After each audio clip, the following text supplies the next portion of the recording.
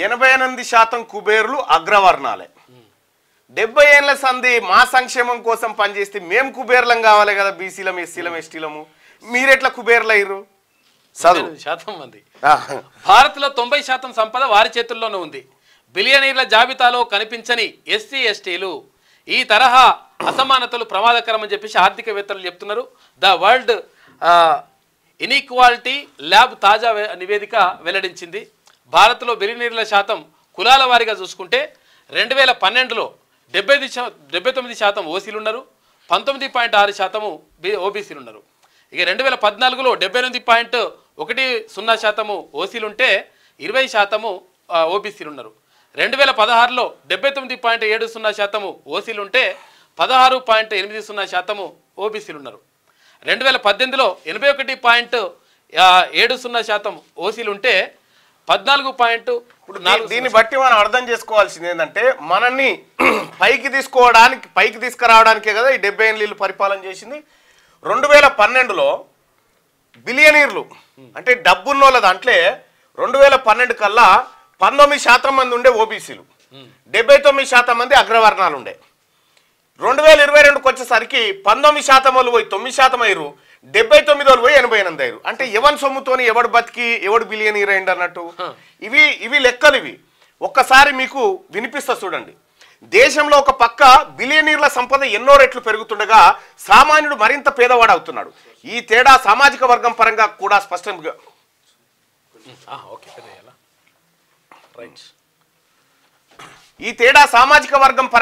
స్పష్టంగా పెరిగింది. దేశంలోని బిలియనీర్ల జాబితాలో ఎస్సీ ఎస్టీలకు స్థానమే లేకుండా పోయింది. దేశంలోని 90% సంపద అగ్రవర్ణ బిలియనీర్ల చేతిలో కేంద్రీకృతమైంది. ద వరల్డ్ ఇన్ఈక్వాలిటీ ల్యాబ్ తాజా నివేదిక ఈ వాస్తవాలను వెల్లడించింది. భారత్లో పన్ను, న్యాయం, సంపద పునర్విభజన వైపు పేరుతో వెలువడిన తాజా నివేదిక సంపద పంపిణీ సమస్యలను పరిశీలించింది. దేశంలోని మొత్తం సంపదలో 40% కేవలం 1% ఉన్న వర్గం చేతిలో ఉండడం. 40% సంపద 1% ఉన్నటువంటి వర్గం చేతిలో ఉండడం దేశంలో పెరుగుతున్న ఆర్థిక అసమానతలను సూచిస్తున్నదని పేర్కొన్నది. బ్రిటిష్ పాలన కాలంలో పోలిస్తే ఈ ఆధునిక యుగంలో అసమానతలు ఇలా ఎన్నో రెట్లు పెరగడం చాలా ప్రమాదకర ధోరణి అని ఆర్థిక నిపుణులు హెచ్చరిస్తున్నారు. దీని కారణంగా ఇప్పటికే భారత్ ప్రపంచంలోని ఆర్థిక అసమానతలున్న దేశాల జాబితాలోకి చేరిపోయిందని వివరించారు. ద వరల్డ్ ఇన్ఈక్వాలిటీ ల్యాబ్ నివేదిక ప్రకారం భారతదేశంలోని 88.4% బిలియనీర్లు ఉన్నత వర్గాలకు చెందిన వారే. 88% పైసలు ఎవరి దగ్గర ఉన్నాయట అంటే ఈ పెద్ద కులపుల దగ్గరనే ఉన్నాయట. మనం అధికారం ఎవరితానుంది వాళ్ళతానే. అధికారం ఎవరి దగ్గర ఉంటే వాళ్ళ దగ్గరనే సంపద ఉంటుంది. మీరు గుర్తుపెట్టుకోండి. ధనవంతుల జాబితాలో షెడ్యూల్ తెగలు, ఇతర బాగా వెనుకబడిన వర్గాలకు అసలు ప్రాతినిధ్యమే లేదు. ఈ తారతమ్యం బిలియనీర్ల సంపదలో కూడా కొట్టొచ్చినట్టు కనిపించింది. జాతి సంపదలో 55% ఉన్నత వర్గాల చేతిలో ఉన్నట్టు all India debt and investment survey 2018-19లో చేసిన సర్వే ప్రకారం వెల్లడించింది. సంపద వైవిధ్యంలో ఈ పూర్తి వైరుధ్యం భారతదేశ కుల వ్యవస్థలో పాతుకపోయిన లోతైన అసమానతలను స్పష్టం చేస్తున్నది. రాహుల్ గాంధీ గారు ఏం చెప్తున్నాడు? ఎంత భాగం ఉంటే అంత సంపద వాళ్ళకు పోవాలన్నాడు. కానీ ఇక్కడ నరేంద్ర మోడీ గారి పరిపాలనలో జరిగిన ఈ దుర్మార్గం చూడండి. అలాగే సామాజిక వర్గం, విద్య, ఆరోగ్యం, వ్యాపారం, సంపద సృష్టి తదితర అంశాలపై గణనీయమైన ప్రభావం చూపిస్తున్నది. దళితులు ఎక్కువ భూమిని కలిగి ఉండరాదని పలు ప్రాంతాల్లో ఉన్న ఆంక్షలు కూడా వారి ఆర్థిక ప్రగతికి ఆటంకంగా మారింది. అయితే ఈ వివక్ష కేవలం బిలియనీర్ల వరకే పరిమితం కాలేదు. దిగువ సామాజిక వర్గం వారు వారి పారిశ్రామికవేత్తలుగా ఎదగడానికి కూడా పలు ఆటంకాలు ఏర్పడుతున్నాయని the state of working India 2023 పేరిట అజీం ప్రేమ్జీ యూనివర్సిటీ విడుదల చేసిన నివేదిక వెల్లడించింది.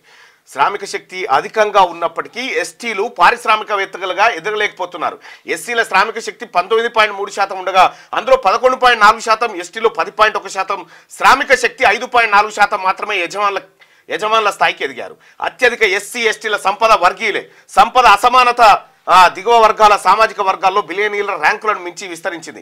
నేషనల్ ఫ్యామిలీ హెల్త్ సర్వే నివేదిక ప్రకారం 12.3% ఎస్సీలు, 5.4% ఎస్టీలు మాత్రమే అత్యధిక సంపద కలిగి ఉన్నారు. అయితే దానికి విరుద్ధంగా 25% పైగా ఎస్సీలు, 46.3% ఎస్టీలు అత్యల్ప సంపద వర్గంలో ఉన్నారు. అలాగే ఓబీసీ జనాభాలో 16.3% అత్యల్ప సంపద కేటగిరీ, 19.2% అత్యధిక సంపద కేటగిరీలో ఉన్నారు. భారత్లో ఆదాయం సంపదల మధ్య వ్యత్యాసం స్వాతంత్రం వచ్చిన తర్వాత తగ్గినప్పటికీ 1980 నుంచి 2000 వరకు పెరుగుతున్న వచ్చింది. 2014, 15, 22, 23 మధ్య ఈ పెరుగుదల శిఖరాగ్ర స్థాయికి చేరింది. బీసీల బతుకులు బ్రిటిష్ల కాలంలోనే మంచిగున్నాయట ఈ నివేదిక చెప్తా ఉంది. బీసీల బతుకులు బ్రిటిష్ వాళ్ళ కాలంలోనే బాగుండే. ఇప్పుడు సంపద వాళ్ళ చేతుల్లోనే. ఇక మనకి బీసీలకు కావాల్సింది ఏంది? మనోభావాలు. మనోభావం. ఒక ఆయన మా మనోభావాలు దెబ్బతిన్నాడు అంటాడు. మనోభావాలు కాదు, మొత్తం మనీ గిని అంతా అటే ఎత్తుకపోతాం. ఈడ మీ మనోభావాలు దెబ్బతిని మిమ్మల్ని నరేంద్ర మోడీ గారు భారతీయ జనతా పార్టీ హిందూ అనే కుండిలోకి దింపి రాజకీయం చేస్తూ ఉంది. ఈ సంపద అంతా కొల్లగొట్టుకుపోతా ఉన్నారు. ఈ కుండ వలిగిపోయి బయటకు వస్తే అసలైన సంపద బీసీల చేతుల్లోకి వస్తుంది. ఇక్కడ బ్రిటిష్ పాలన నాటితో పోలిస్తే భారతదేశంలో ఆర్థిక అసమానత నాటకీయంగా పెరుగుతోంది. నరేంద్ర మోడీ గారి పరిపాలన కాలం నుంచి బీసీల కొంపెట్ల కొల్లేరైందో చూడండి. 20% ఉన్నటువంటి బిలియనీర్లు 9% వచ్చి పడ్డారు బీసీలలో. ఇవి నివేదిక లెక్కలు. ఇవి సంపద ఎవరి చేతుల్లో ఉంది? 88% సంపద.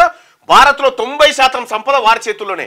1% ఉన్న దగ్గర 40% సంపద ఉందట. చూసుకో మరి బీసీ ప్రజలారా, ఇవి నివేదిక. ఇంకే లెక్కలు రావాలి మీకు? ఏ లెక్కలు వస్తే మీరు మేలుకుంటారు? ఇంకా మన చుట్టూ మనోభావము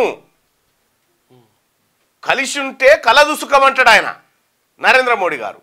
విడిగా ఈయన లెక్కెంతోనో చెప్తలేడు, ఇక చెప్పడట. అందుకే నరేంద్ర మోడీ గారు కులగణన ఎందుకు చేయడంటే ఇందుకే. ఇది కులగణన చేస్తే ఈ లెక్కలు బయటపడతాయి కదా. అంతర్జాతీయ సంస్థలు తీసి చెప్తున్నాం ఇప్పుడు మనం లెక్కలు. నరేంద్ర మోడీ గారు తీయరట ఈ లెక్కలు. నరేంద్ర మోడీజీ గినతీ కరో వర్నా కుర్చీ ఖాళీ కరో. 88% కుబేర్లు అగ్రవర్ణాల వారు. వీళ్ళ కింద బిచ్చగాల లెక్క మనోళ్ళు అడుక్కొని ఈ యువసేన ఆ యువసేన పెట్టుకుంటా అన్నిచ్చేటువంటి 500కు అన్నిచ్చేటువంటి రెడ్డి గారు ఇచ్చేటువంటి 1000 రూపాయలకు ఆశపడి మొత్తం సంపద కొల్లగొడతా ఉంటే ఇంక ఎందుకయా మనము ఈడ? అందుకే ఇవాళ చెలో హాలియా పెట్టినాం. ఇయ్యాలనే నాగార్జున సాగర్ నియోజకవర్గం హాలియా కాడ బీసీల ఆత్మగౌరవం మొల్లమాంబ విగ్రహాన్ని, ఆ విగ్రహ గద్దెను పట్టబగటిలి జేసీబీతోని బీసీల విగ్రహాన్ని అవతల బారేస్తా ఉంటే ఇక్కడ చూసుకుంటా కూర్చుంటామా? వారి వస్తున్న పారాడికి వారి నల్గొండ జిల్లా నాగార్జున సాగర్ నియోజకవర్గం హాలియా. ఓ దిక్కేమో రాహుల్ గాంధీ గారు, ఇగో ఓ దిక్కు రాహుల్ గాంధీ గారు కుమ్మరోళ్ళ ఇళ్లలోకి పోయి వాళ్ళ ఆత్మగౌరవం నిలబడాలి, వాళ్ళ బతుకులు మారాలి, వాళ్ళ జీవితాలు మారాలని ఆయననేమో కుమ్మరోళ్ళ ఇళ్లలోకి తిరుగుతూ ఉంటాడు. తిరిగి వాళ్ళ జీవితాలు మార్చాలని చెప్పి ఆయన చెప్తా ఉంటాడు. ఇక్కడ ఆయన పార్టీని అడ్డు పెట్టుకున్నటువంటి వాళ్ళు కుమ్మరోళ్ళ ఆత్మగౌరవం దెబ్బతినేటట్టు మొల్లమాంబ విగ్రహాన్ని గద్దెను బీకి అవతల బారేస్తా ఉన్నారు. నేను రాహుల్ గాంధీ గారి బాటలోనే ఉంటా.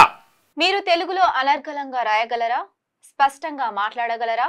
మాటలకు తగ్గట్టు అభినయించగలరా? అయితే ఇంకెందుకు ఆలస్యం? క్యూన్యూస్ మీకు ఒక మంచి అవకాశాన్ని ఇస్తుంది. క్యూన్యూస్ లో పనిచేయటకు లేడీ యాంకర్స్ కావాలను సంప్రదించవలసిన నెంబర్ 8688926084. QNewsAds@gmail.com ను సంప్రదించండి. లైక్ చేయండి.